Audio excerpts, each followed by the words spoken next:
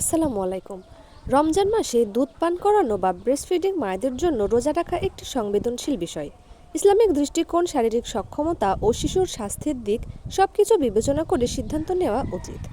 তো চলুন আজকের ভিডিওতে আমরা এ বিষয়ে বিস্তারিত আলোচনা করি। ইসলামের দৃষ্টিতে বিধান। পবিত্র কোরআনে উল্লেখ আছে, গর্ভবতী ও দুধ পান করানো মা যদি নিজের বা শিশুর ক্ষতির আশঙ্কা করেন তাহলে তারা রোজা ভাঙতে পারবেন এবং পরে কাজা আদায় করতে পারবেন। অর্থাৎ ইসলাম কষ্ট নয়, সহজতা চায়।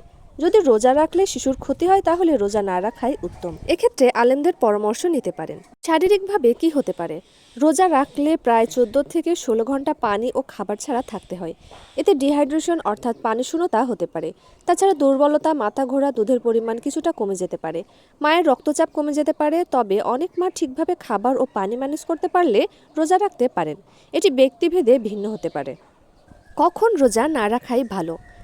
শিশুর বয়স যদি 6 মাসের কম হয় এবং একমাত্র মায়ের দুধই প্রধান খাবার হয়, তাছাড়া শিশুর ওজন কম বা ঠিকমতো বাড়ছে না এবং মা যদি খুব দুর্বল হয় ও রক্তশূন্যতায় ভোগেন, আগে থেকে ডায়াবেটিস বা লো প্রেশার আছে, এমন হলে এই পরিস্থিতিতে রোজা না রাখাই নিরাপদ।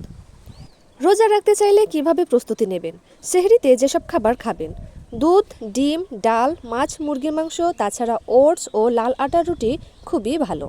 তাছাড়া কলা, খেজুর এবং প্রচুর পরিমাণে পানি খান। ইফতারে খেজুর ও পানি দিয়ে শুরু করুন। স্যুপ জাতীয় খাবার, শাকসবজি বেশি করে খান। তাছাড়া প্রোটিন সমৃদ্ধ খাবার বেশি খান। ইফতার থেকে সেহরি পর্যন্ত কমপক্ষে 3 থেকে 4 লিটার পানি পান করুন। রোজা রাখতে চাইলে এভাবে প্রস্তুতি নিতে পারেন।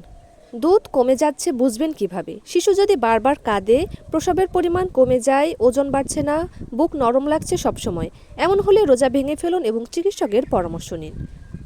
এ পর্যায়ে আমরা জানব চিকিৎসকের পরামর্শ কখন নিতে হবে। আপনার শারীরিক অবস্থা জানার জন্য চিকিৎসকের পরামর্শ নেওয়া জরুরি। তাছাড়া আপনার হিমোগ্লোবিনের লেভেল, শিশুর ওজন সব বিবেচনা করে সিদ্ধান্ত নিন। প্রয়োজনে গাইনি বিশেষজ্ঞদের পরামর্শ নিন।